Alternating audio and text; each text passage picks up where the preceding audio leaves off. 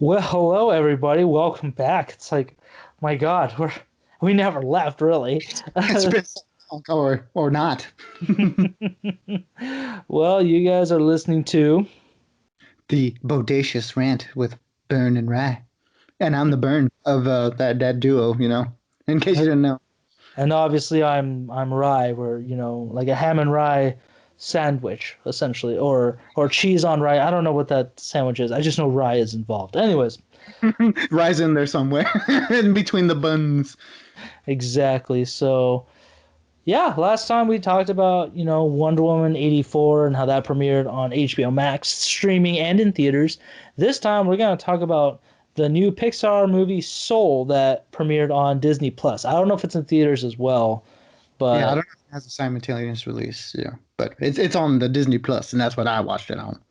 exactly, completely free. It's not that Mulan situation all over again, so do not hesitate to watch it. It is completely free, kind of like Onward was earlier this year, Mhm. but definitely a different movie, compared to Wonder Woman was like, action, history, comedy. This one was definitely much more of a dramedy as well, where it was hilarious in a lot of parts, but then it really hit home, much like most of the Pixar and Disney movies.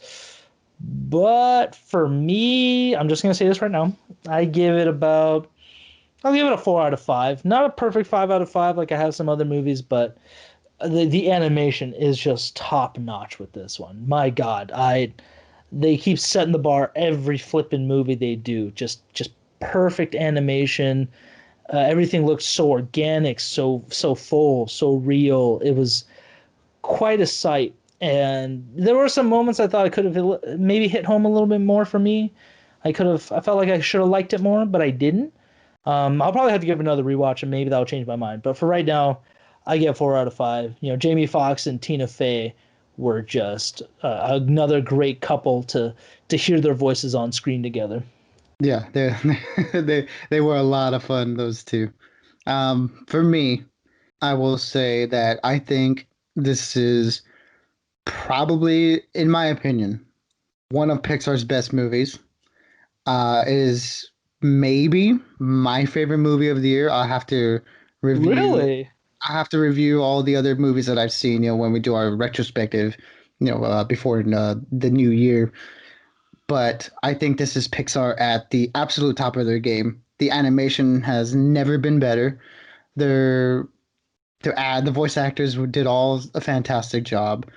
The music was absolutely fantastic. The animation was so great. The sound and the audio design and just everything about it. You can tell that these people were just like absolute masters of their crafts.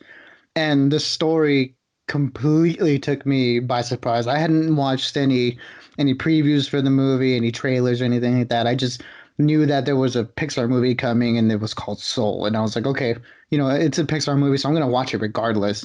And I didn't expect it to be as good as it was. I think the trend we've been seeing with Pixar is that they've been making more mature movies, and I would say that this one, as you know, of all the recent ones, I think this one is probably the one that's least aimed towards kids. I think kids can enjoy it, and I'm very curious to see how this movie is doing with the younger audience. But for me, it was everything I didn't know I wanted in a Pixar movie, just touching on a lot of the aspects of the afterlife and just life in general. And I think they handled it differently enough from Coco, which is another Pixar movie that came out a few years ago that also touches on the afterlife and all that. I think it had something different to say than that one, and I also think that it was like a combination of Inside Out and Coco, I would say, where it's very much it's a thinking movie. It's a real thinker's movie where it touches on a lot of those questions that we have about the universe and stuff. And I was not expecting to have that be touched on by a Pixar movie, and I thought they did an absolutely fantastic job. 5 out of 5 for me. Yeah, Pixar, especially since Inside Out, has really pushed for the understanding of life and how it works, almost dumbing everything down for kids to kind of understand how exactly life works. Where Inside Out was more on emotions and feelings. I would say I kind of like how you said it is a bit like Coco, but at the same time, not necessarily. Where Coco is more of like a cultural based thing.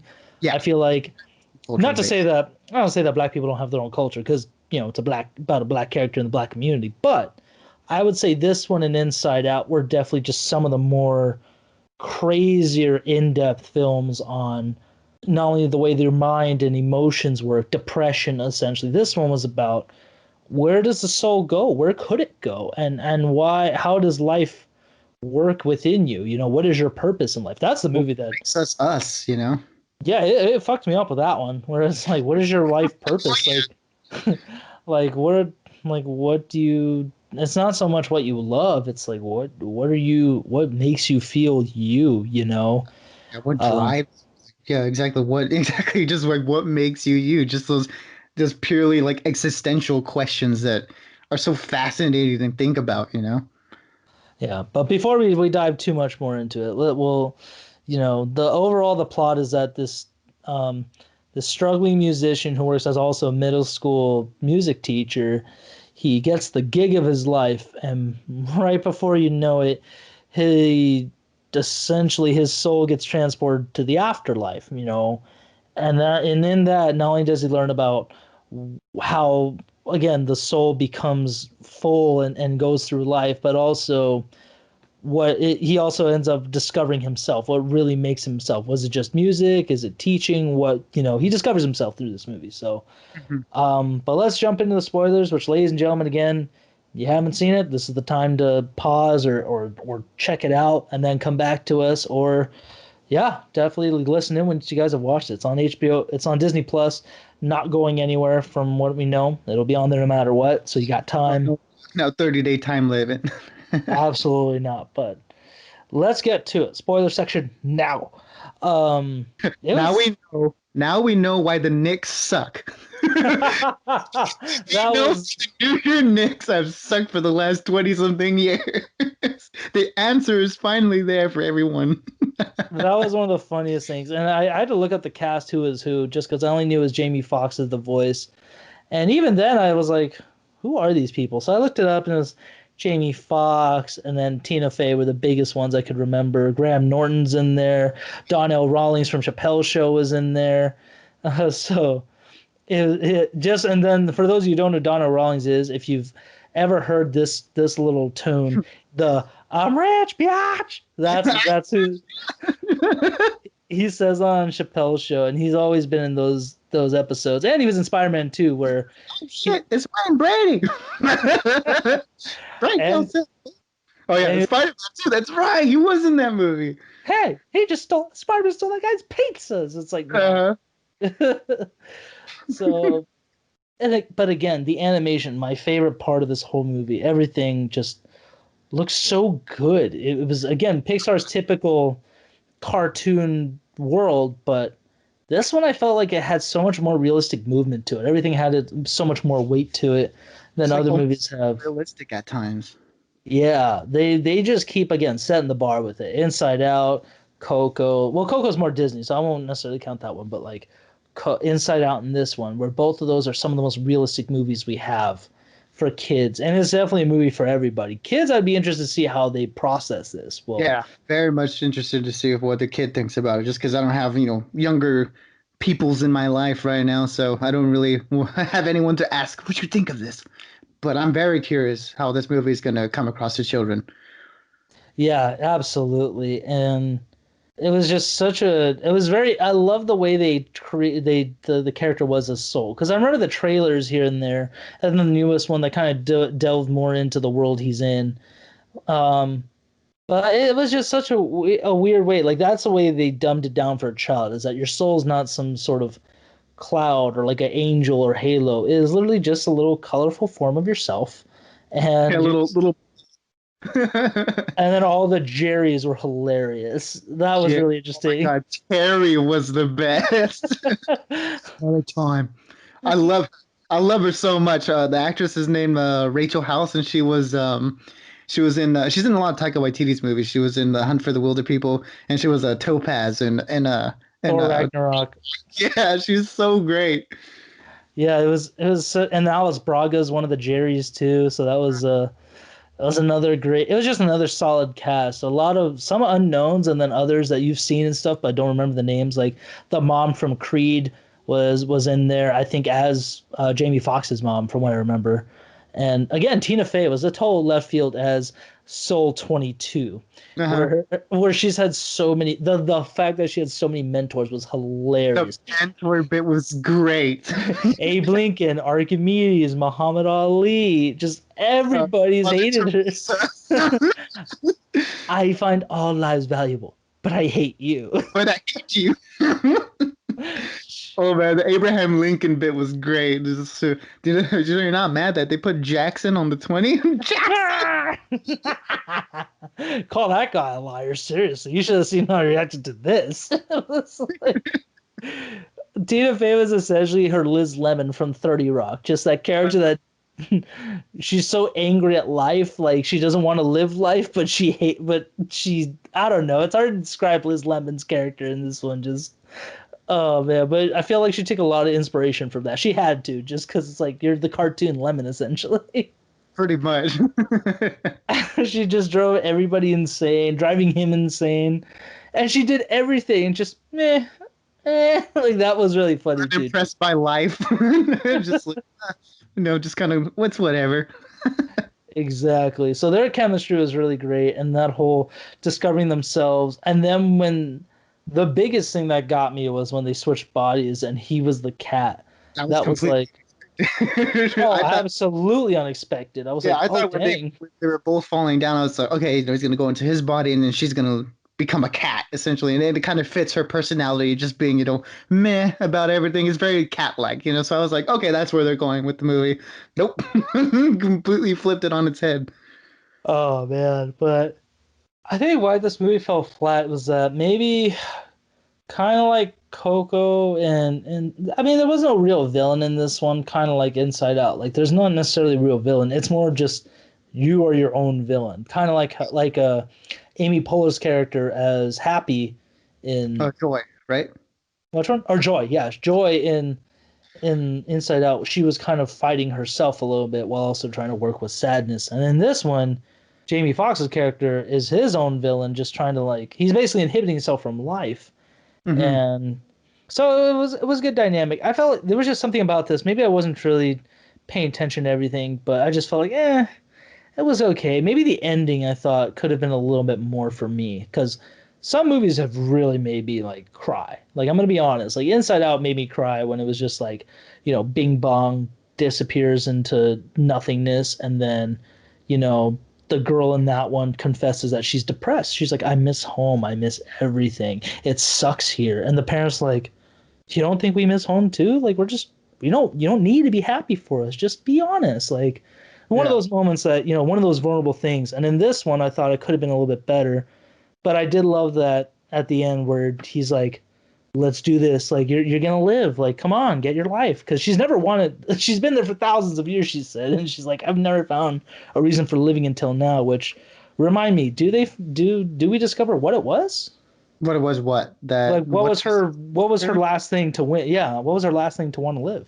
Well, essentially, it wasn't like there wasn't a thing, like that was the message of it. Like he thought that it was piano, that was his purpose, right? That was the reason he was put on Earth. But really, that wasn't it.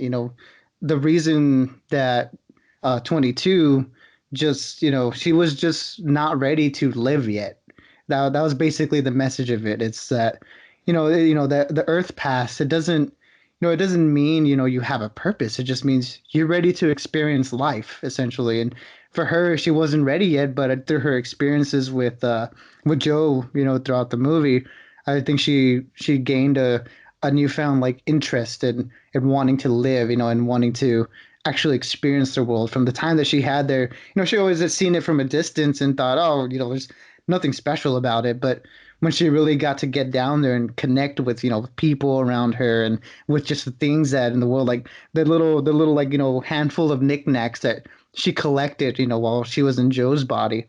And I think that was basically the message of the movie is, it's like there might not be a purpose, but you just live life to live it. It's just an experience that we all have. That it's a shared experience that we all have. Everybody is alive at some point, and eventually we're all gonna die at some point. And what we do with the time we have is, it isn't fueled by any sort of purpose. There's, we can make purpose for ourselves, and we can latch on to something that we have interest in, but that isn't really what's keeping us here. It's just we're just here, and it's just an experience that we got to be ready for.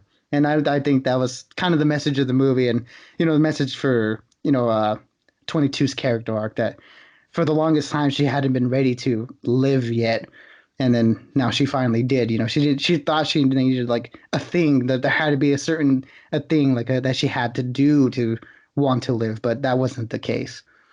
Yeah, no, that makes sense. And it really that whole part where it's like what was it? And music is my thing. It's like music is just a passion. You living in all your passions. That's not what it's about. It's about what do you love about life? What makes you truly happy? Not just music, but like what gives you purpose? And that whole flashback scene, that was actually really was a very emotional thing where it's like he's going through all the moments like playing with his father, like just having the small moments. It was like, Yeah. man, that's what makes you live, like your connections with people. And There's something as simple as just, having a good piece of pie, it's like that could just be something that, oh man, that was really good. And that was just like a nice moment in life. It could be the littlest of things, or it could be the biggest of things.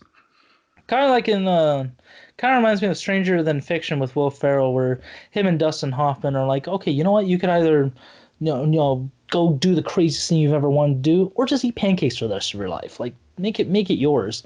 And he's Hmm. like, well, my life is more than pancakes. It's like, well, that depends. Is your life about living to the fullest, or it's the quality of the pancake that makes you want to live? Like, make it your own. And that's kind of what this movie reminds you, is like, just make life your own. It's good to have passions, but they don't let them be the only thing in your life. And yeah, it was really good. Like I said, it keeps it from being a full 5 out of me. I still have to rewatch it to figure that out. But again, just it's still another great movie to watch this last weekend. So Yeah. And I'll say the same thing you did. I don't think there was like any moment in this movie that really elicited like such a strong emotion, like crying or anything. The only Pixar movie I've cried at was Coco, and that was the end of the movie, and I just couldn't, man. Once he started singing to his mama Coco, I was just done. But yeah, there wasn't anything in this movie that really like made me cry. But yeah, I don't think that was anything bad, about the movie. It just made me really think on a lot of stuff. And I think some of the best movies, make you do that sometimes. They don't always elicit emotion, but sometimes they make you just think about it. that's totally fair. For me with Pixar, if it makes me cry, I absolutely love it just because That's it what makes me it just makes that's me the topic, yeah. it makes me human. But no, overall, like I said, it was definitely another great movie. I think definitely one of the strongest of the year for sure. Whether it's live action or animated, this was definitely one of the highlights of the year. Another movie to just make you think and realize, like, you know, we all have our ups and downs. This year's definitely been pretty Down for big a lot. downer. Yeah. Yeah. So, again, it's just also be grateful for what you have, and just embrace life whenever you get the chance. So, yeah, like I said, I really liked it still. I'm definitely gonna watch it again for sure. Yeah, I did. I did. I think again across the board, I think it was just like everybody at the top of their game. It was really cool to see that Trent Reznor and Atticus Ross did the score for the movie. They did a really good job, and John Baptiste, he was the one who did like the jazz sections for this movie. And I thought that was a really like great like sort of plot point to have in this movie, that if life is like any genre of music, it's jazz. It's random. It's fueled by emotion. It's like it's different every time. I thought that was a really nice story point to really wrap this whole giant theme around it. And I thought that was again, this movie is just really really well written in my opinion. And just to have it all being centered by Joe Gardner's experiences. through the lens of like him as a jazz teacher who wants to be professional, is just completely fueled by his passions that he ignores everything else. I thought, again, man, Pixar, you how do you guys do this every time? How are you all so much geniuses over there at that studio? Either geniuses who are so happy with life or have been through so much hardship that they Oh portray man. that in this movie. Because like there was a lot of hardship for Joe, Oh yeah. and then before we finish, the other hilarious one was that they find the lost soul that was a hedge fund manager, and Uh-huh. he finds his reason for living again. But also, I really liked where he ended up doing the show, and he still didn't feel fulfilled. Like he was like, I've been waiting this moment my whole life, and it's still just like he basically saying, I don't know, this isn't it. And that's when Angela Bassett was like, well, one little fish goes up to a big fish and said, I'm looking for the ocean. Do you know where it is? And says, the what ocean? You're in the ocean. He's like, well, this is just water. I want the ocean. It's like, you don't know what you're looking for, but you could be doing it. Like, it was almost like she's saying, you still need to find it, but Right. I'll, but I'll see you tomorrow for the other show, just because it's like, we like playing with you. Keep on coming back because this is what you want. Yeah.